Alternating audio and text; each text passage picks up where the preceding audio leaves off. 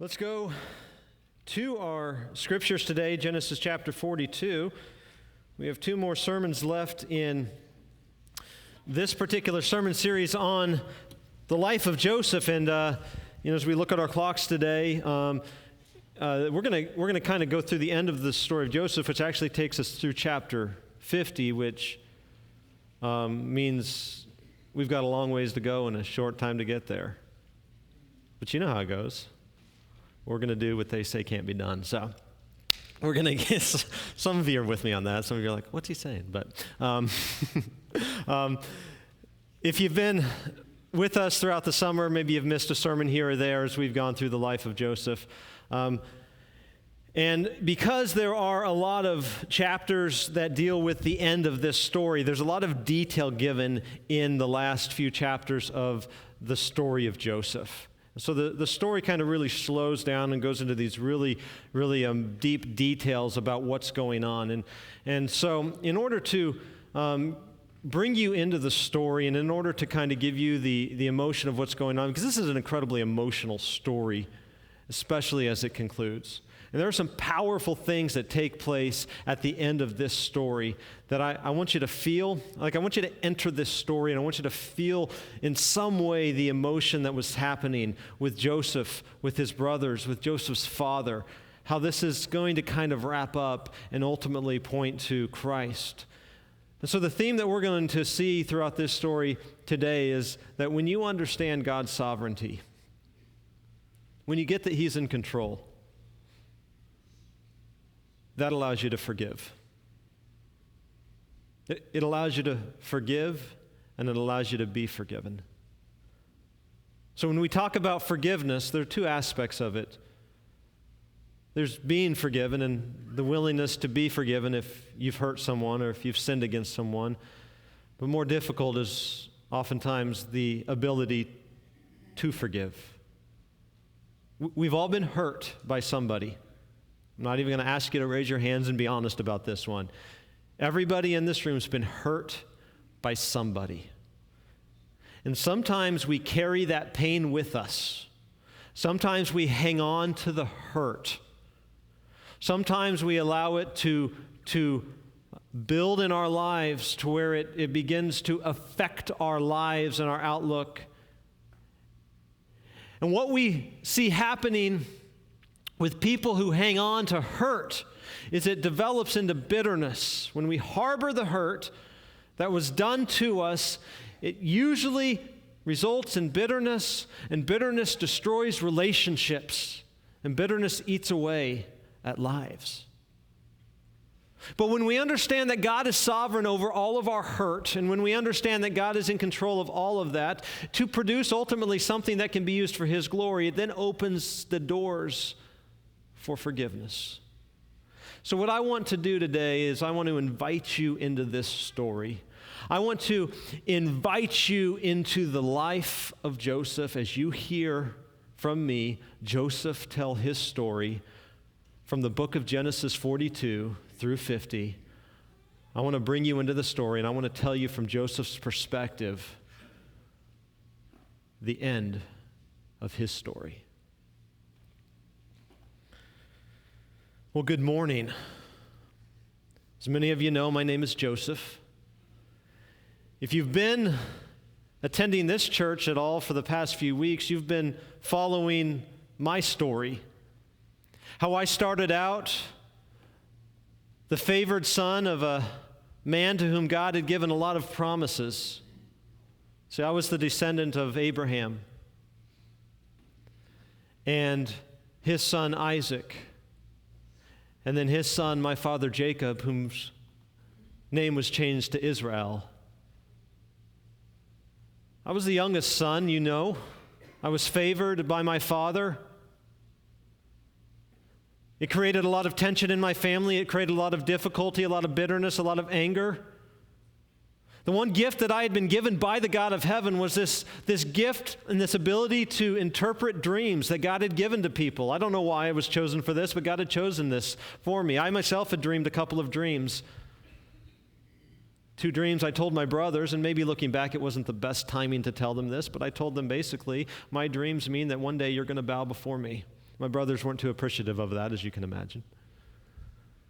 Another dream I had said my father and my brothers would both bow before me one day. If you've been here for any number of weeks, you know that I was sold by my brothers. The deepest betrayal that anybody could ever have.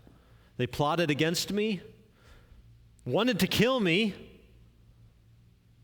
but decided to throw me in a pit where I was then sold as a slave into the nation of Egypt.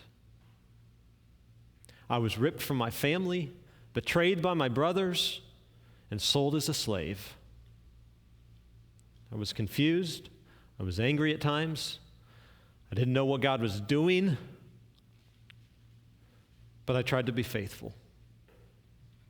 You've heard that I was sold into the home of a man named Potiphar, who promoted me within his home, trusted me, left me in the charge of all of his house, only to suffer another betrayal, another lie. His wife lied about me, said that I tried to sleep with her. Potiphar, being angry at the lie that was told about me, believing his wife, Potiphar throws me into jail. So I go from favored son to slave to prisoner. In prison, there were two men who had dreams, two servants of Pharaoh. I interpreted their dreams. The cupbearer was released from prison. I told him to remember me, to bring a good word for Pharaoh. The cupbearer was released, put back into service, and forgot about me. And there I waited, forgotten about, feeling abandoned in prison for 2 years. Then Pharaoh had a dream.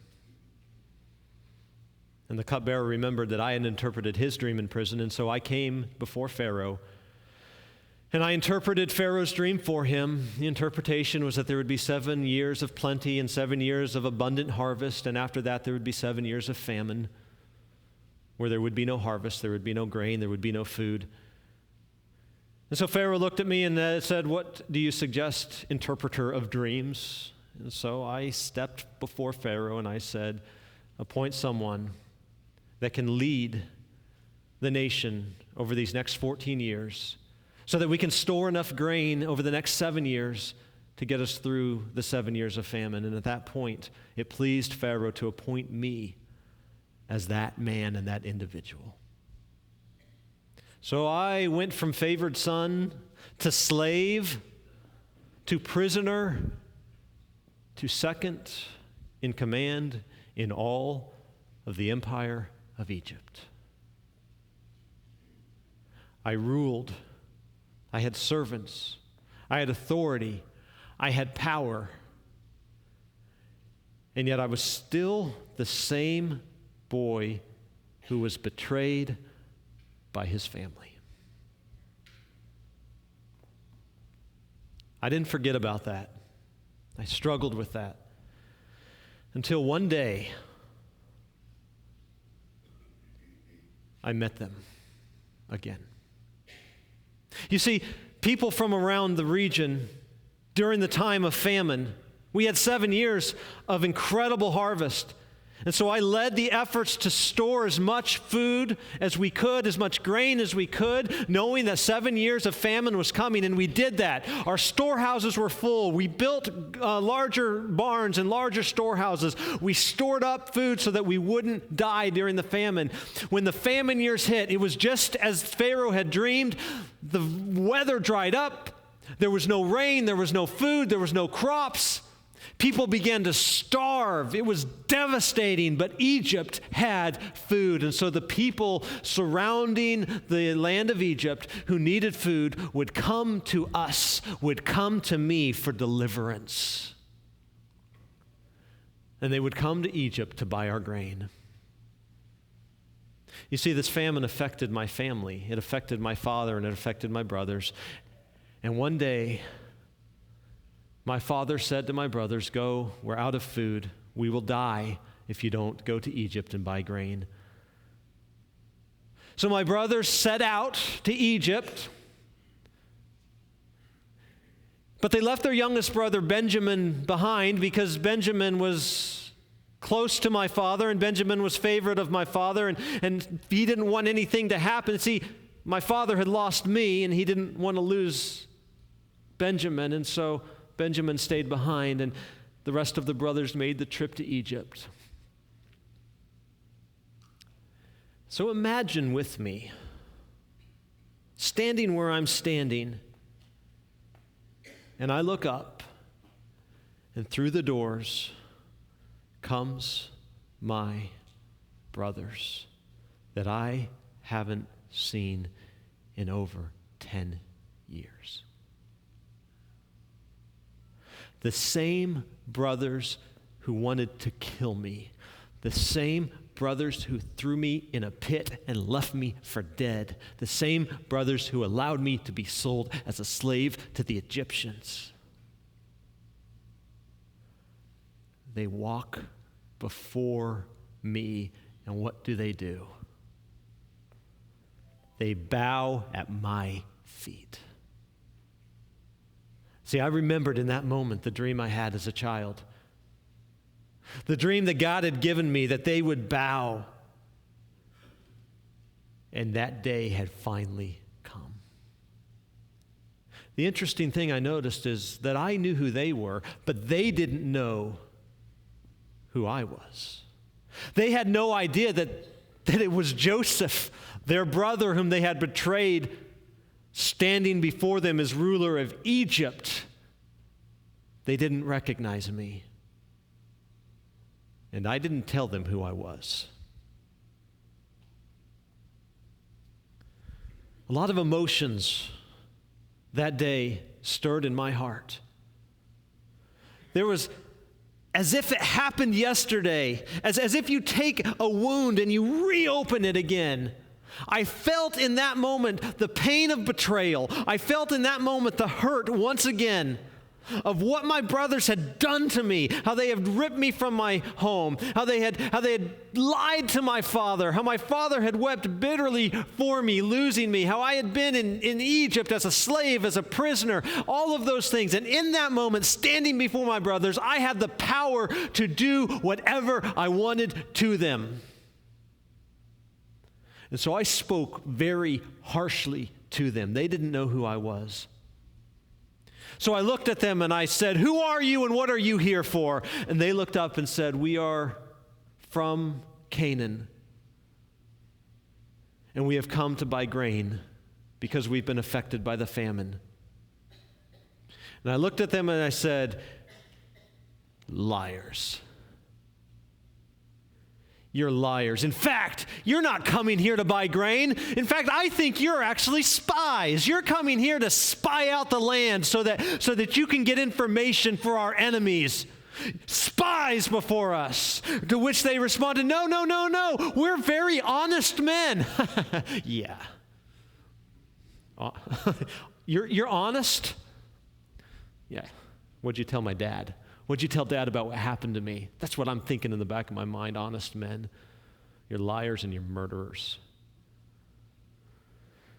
And then they spoke up and they said, No, we've come from Canaan. We have our father. Your father? Yeah. He sent us. Your father's still alive. Yes. My father was still alive. And they said, we've come from Canaan to buy grain, and we have another brother. His name is Benjamin, and we've left him, and he hasn't come. And we need you to believe us. We're not spies. And I spoke even harsher to them, and I said, "Quiet. You are spies. You've come to spy out the land. You're not honest men." I have to admit, there was anger. There was feelings of remorse, and I spoke harshly to them in that moment. And I didn't want them to know who I was, but I wanted them to fear. So I said to them, "If you are really honest men," see, I didn't know if they had changed at all. I didn't know if they were the same men that lied to my dad and betrayed me and sold me. I said, "If you really are honest men," I said, "this is what I'll do for you." And I said to them, "Take the grain and go back to Canaan. But I'm going to keep Simeon here. I'm going to keep him here And when you come back, you bring Benjamin. That way I'll know that you're not lying to me, and I know that you're honest men. So I bound up Simeon their brother, and I kept him, and I retained him, and the rest of them went on their way. But what I told my servants to do in filling their grains of sacks, or their sacks of grain, is that when you put the grain in their bags, put the money also that they were to pay for the grain in their bags with them. So they did.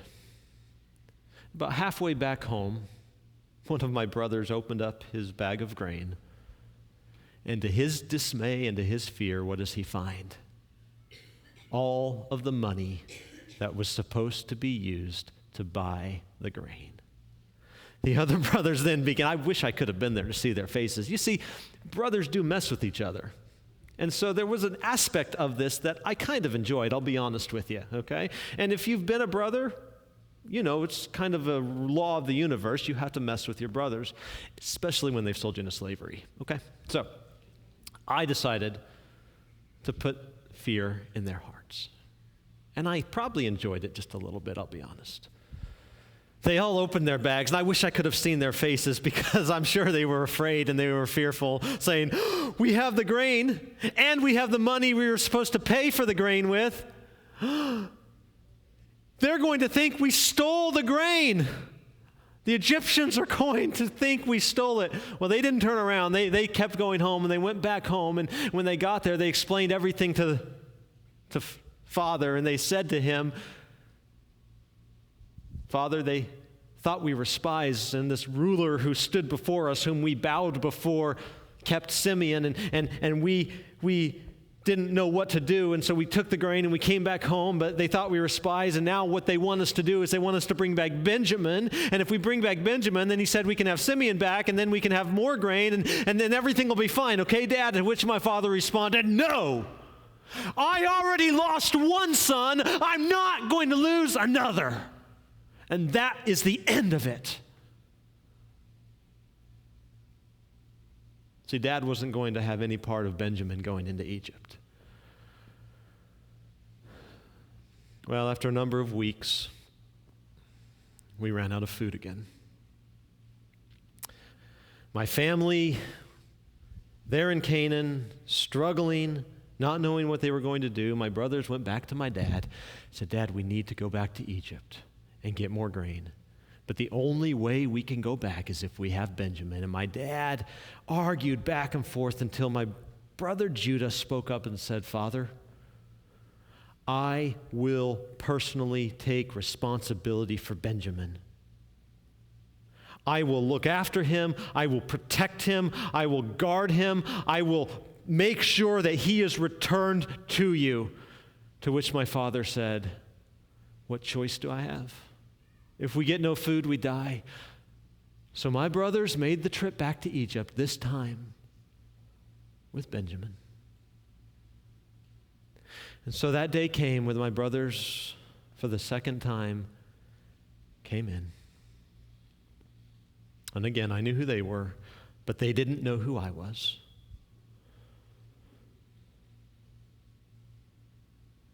And there was Benjamin with them.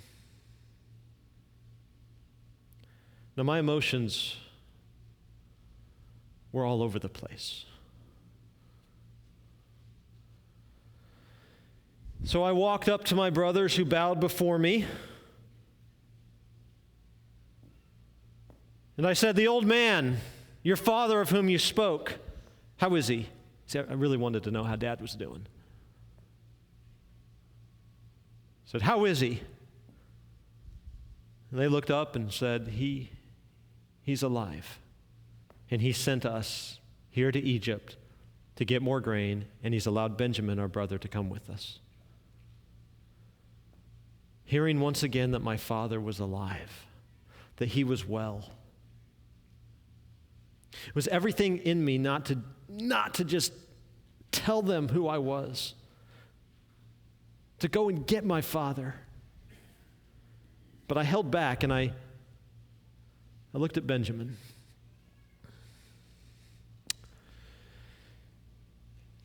And when I looked at Benjamin, I saw myself. See, I hadn't met my brother Benjamin. Benjamin was my brother.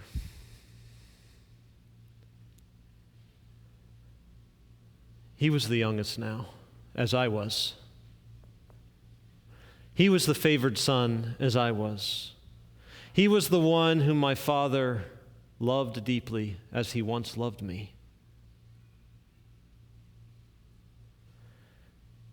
And I looked at Benjamin. I said, God bless you.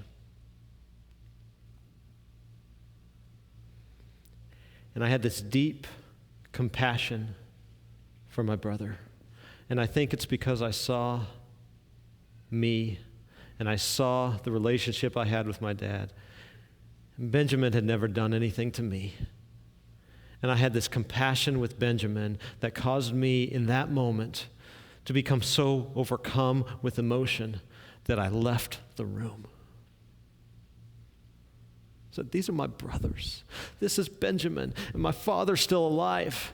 And all of this that has happened to me is leading up to this moment, and I had to leave the room, and I wept. I went to my chamber, and I broke down emotionally. I couldn't take it anymore. I broke down. This was my family standing here before me, and they had brought Benjamin back, and they were trying to serve their father. My father was alive.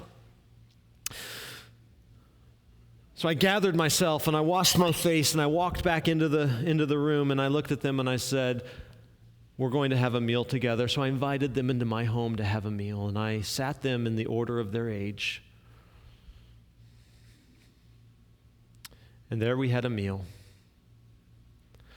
But as my brothers were coming into the meal, they took my servant aside and said, we are afraid because as we left the last time, we found that our money was still in our bags and we didn't steal it, but we're afraid that he thought we stole the grain. And so we're nervous about what's going to happen, to which my servant replied, God has given you, don't worry.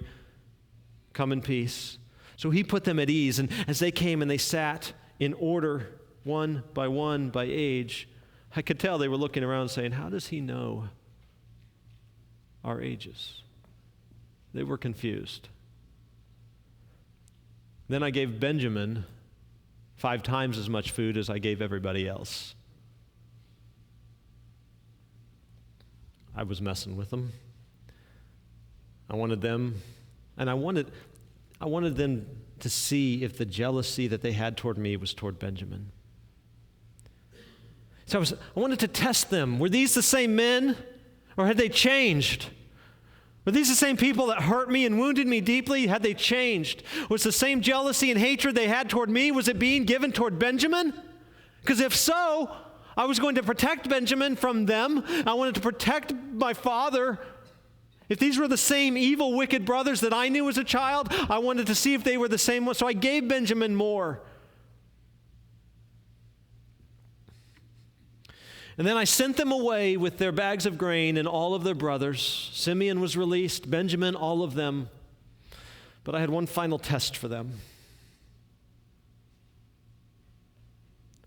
I put all of their money back in their bags of grain once again. But in Benjamin's bag, I put my silver cup.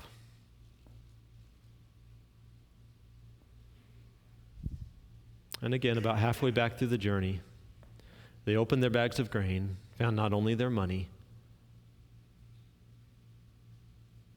but there was a cup in Benjamin's bag.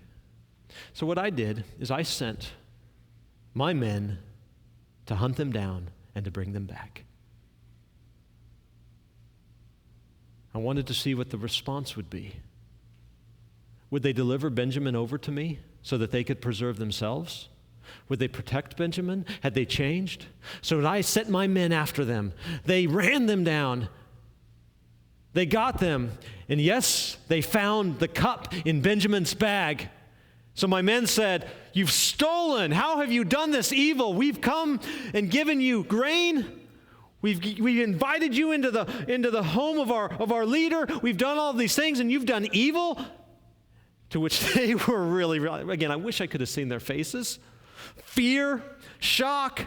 No, we didn't do this. We don't know how the cup got in the bag, how the money got in the bags. We don't know. And so my men brought them back to my home, and there they stood before me, and I looked them in the eyes, and I said, how could you do this evil to me? I invited you into my home, and now you've stolen from me.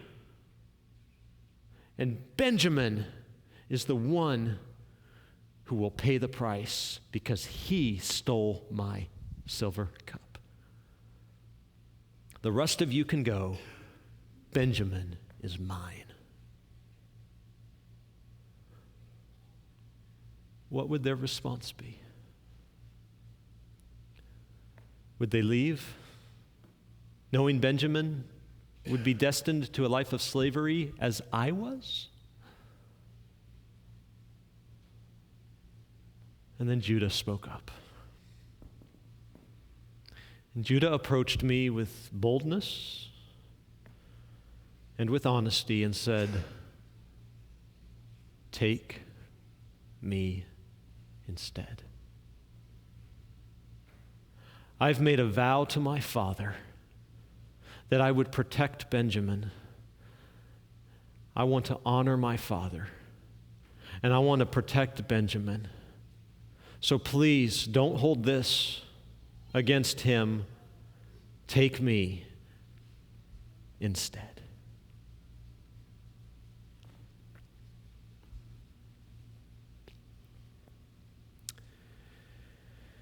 And in that moment, I knew for the first time that I could have a relationship with my brothers. I knew for the first time in years that maybe there was a chance that they had changed, that maybe there was a chance that God had done something in their hearts, that maybe there was a chance that we could reconcile this, and that there could be restoration, and that there could be a relationship, and that I could see my father once again. And in that moment, I said to all of my servants in the room, I said, leave us. And they looked up, not knowing what was going on. I said, out of the room, everybody. And I stood there alone with my brothers. And I gathered in their midst and said, I know you had another brother. I began to speak their language. I said, I know, I overheard you speaking of your other brother, Joseph, whom you betrayed. I know that you're afraid that all of these things that have been happening to you in Egypt was recompense for the betrayal of your brother. I know of your brother Joseph. I know of what you've done to him.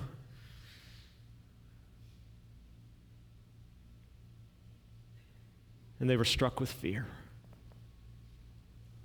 But I looked at them and I said, but Joseph, your brother is alive.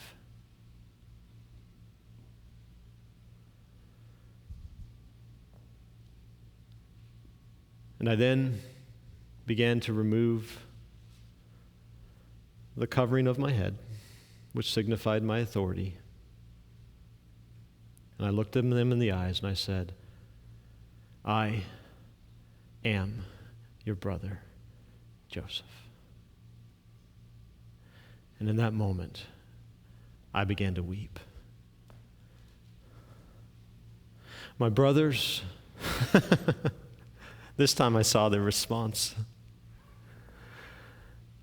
Shock, fear, amazement, guilt. All of these emotions came rushing in at once.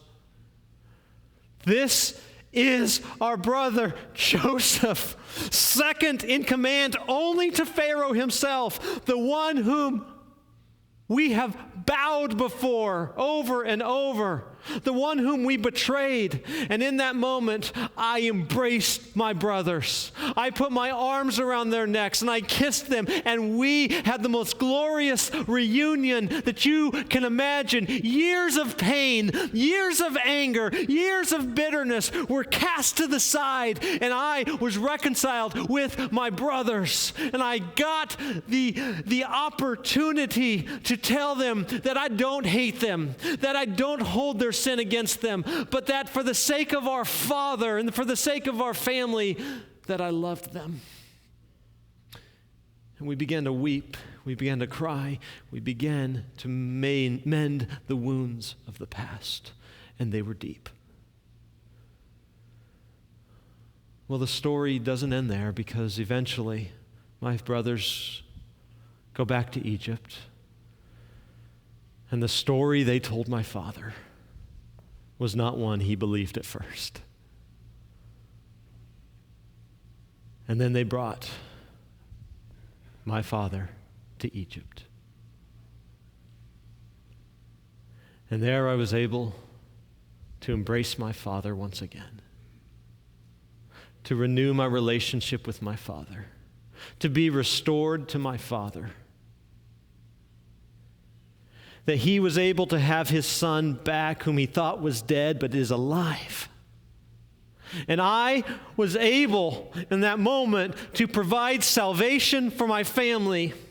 I was able to provide salvation for God's people, because I knew the promise God made to my forefather Abraham and to Isaac and to my father Jacob, that we would be a great nation, that God would bless us. And I knew all of those things. And I brought my family, and we lived in the best land there is in Egypt, in the area called Goshen. And there they lived for 17 more years. And then the days of my father ended. And I went into my father, and he blessed me, and he blessed my sons. And he died. And I took my father, and I took him back to Canaan, where I buried him. Now, my brothers were still afraid, because my brothers didn't quite understand the power of forgiveness. And my brothers were afraid, now that my father was dead, that I would kill them as well. So my brothers came to me and they said, "Joseph, Dad really wants you to forgive us."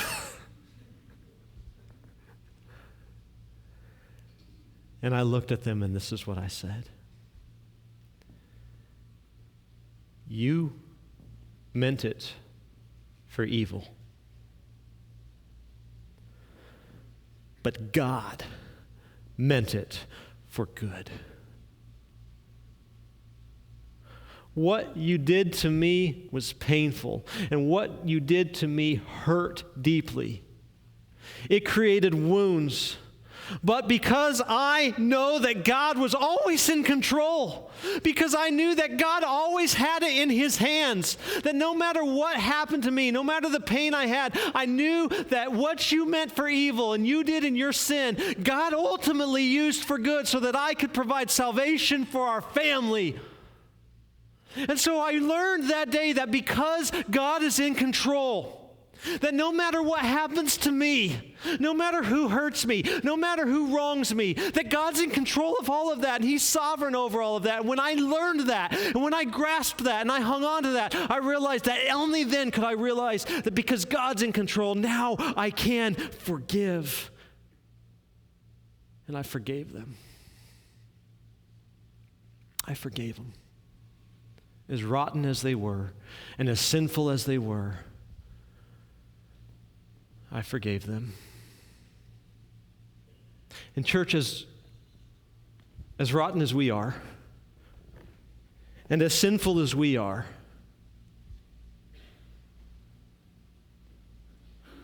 Christ forgives us. Christ forgives.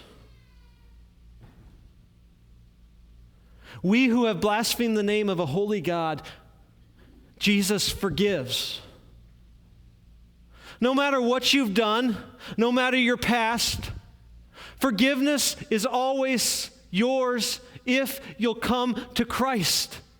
That is what the cross screams, come and receive forgiveness. Come and receive restoration. Come and receive reconciliation. A relationship with the God of heaven, a relationship with your heavenly Father. It can be yours.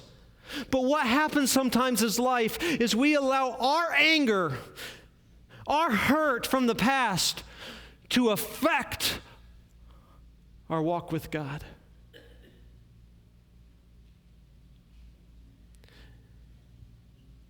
You who have been forgiven much must be willing to forgive much. But you don't know what they did to me, Doug. You don't know how I was hurt. No, you're right, I don't. But Jesus does. And he hung on a cross, suffered the deepest of betrayals so that you could have liberty and victory and freedom from hate, from hurt, so that you could be healed.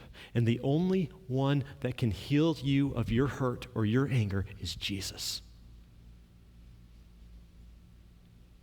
The only one that can heal any of the hurt or anger or struggle or bitterness that exists in this church, and it does exist in this church, the only one that can heal it is Jesus. So we have to be willing to do this. Those of us who want to hang on to our hurt.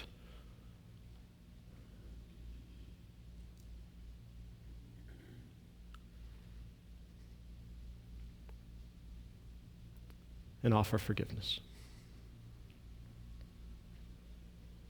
And offer forgiveness. And that's where the story of Joseph ends.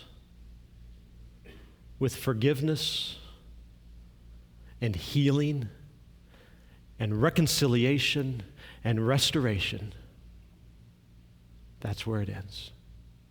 Where does your story end? Where does our story end and then begin? Sometimes we need to wrestle with our past so that we can let go and embrace forgiveness that only happens through Christ. Father, we thank you for the promises that you made and kept to the people of God through Abraham, through Isaac, through Jacob, through Joseph. God, we thank you that you forgave us when we didn't deserve it. And so, God, my prayer for us as a church today is that if there's anyone in here that's hanging on to any hurt from the past, that today, God, you would allow your word, to allow them to let go of that pain and to embrace Jesus, where there is forgiveness.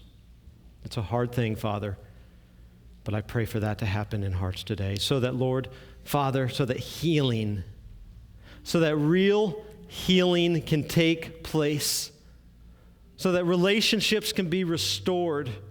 Relationships that have been broken by hurt and by pain can be restored. Relationships with you can be made new. Walks with you that have been struggling because of anger or hurt can be renewed, God.